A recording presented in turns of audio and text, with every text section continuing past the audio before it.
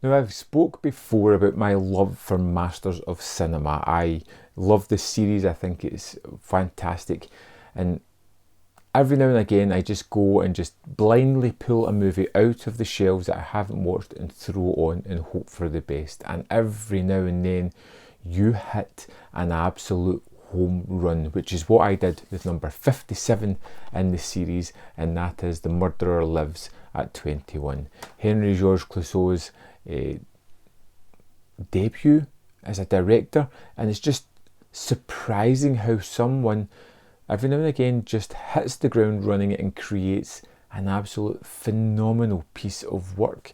Now, we know the guy is a great director. He did Le Diabolique, The Wages of Fear, and other terrific movies, but The Murderer Lives at 21 is an absolutely fantastic murder mystery procedural movie. Now, we basically have this Mr. Durand who's killing people round about Paris and leaving a little calling card, a business card, at the death of each one.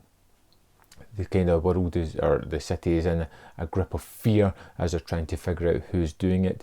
We kind of follow the chain of command in the police until we get to Wens, an investigator, who's going to try and figure out who this Mr. Durand is, and he's a short time scale of trying to figure that out.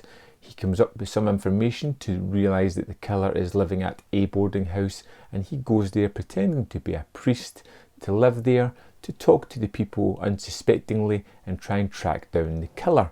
Pretty typical of these kind of movies, the kind of thing that you've seen done before, but the creativity here, the characters, the script brings everything to life. This movie is hilarious in large chunks, thanks to the infighting of the characters, thanks to Ren's girlfriend, who is just downright hilarious and just steals every scene that she is in, looking for any kind of notoriety, always going on about how much a wonderful singer that she is, and just constantly putting her foot in it.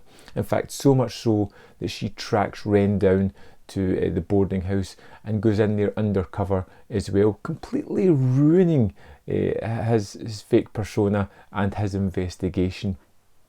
You get all the characters within this boarding house, from the person that runs it, to the magician that works here, to the man that was in the wars, to an old spinster who is writing novels trying to be published.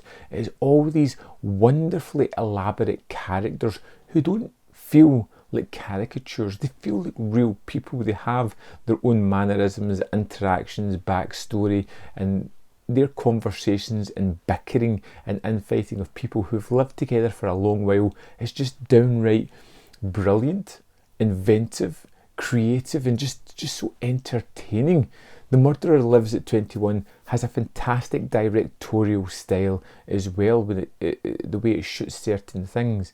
There's a wonderful scene later on where they're interviewing a possible suspect, and it has the investigator, it has the suspect, and because they're shining a light on them, it has this large shadow of the person being interrogated on the wall, and it has a kind of noir feel to it as well, and it has lots of wonderful shots throughout it that are so subtly staged that you almost don't even notice how marvellous he's controlling the camera, how much effort is going into the blocking and the staging of the scenes. It feels seamless.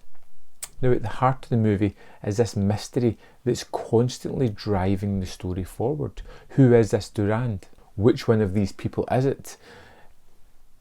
And it really does keep you on your toes. You know that you're constantly wondering, you're judging these people with the investigator, trying to figure out who could possibly be the murderer, and it's rather inventive, and it kind of changes tack midway through the movie, which I wasn't expecting, where they have a suspect, they take him into custody, the cover is blown on Rennes, and they've got the wrong man.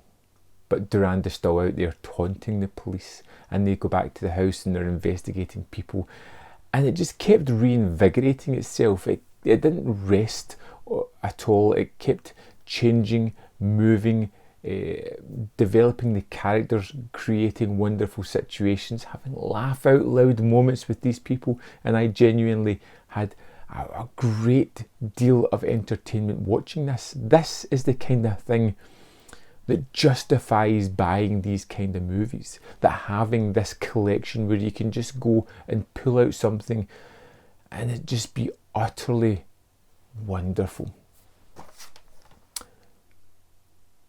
The Murderer Lives at number 21 is brilliant. Absolutely fantastic. Highly recommended. I urge you to check it out. It's very clear to see why Clouzot was touted as the French Hitchcock, because it has all the kind of things that Hitchcock did so well too. And I think it is, if you like those kind of movies, you are going to love this. I really hope you're going to check this out. I want you to check this movie out because I think it's truly wonderful, and I'd love to know your thoughts. Let me know in the comment box below, and I will see you next time on Man v Film.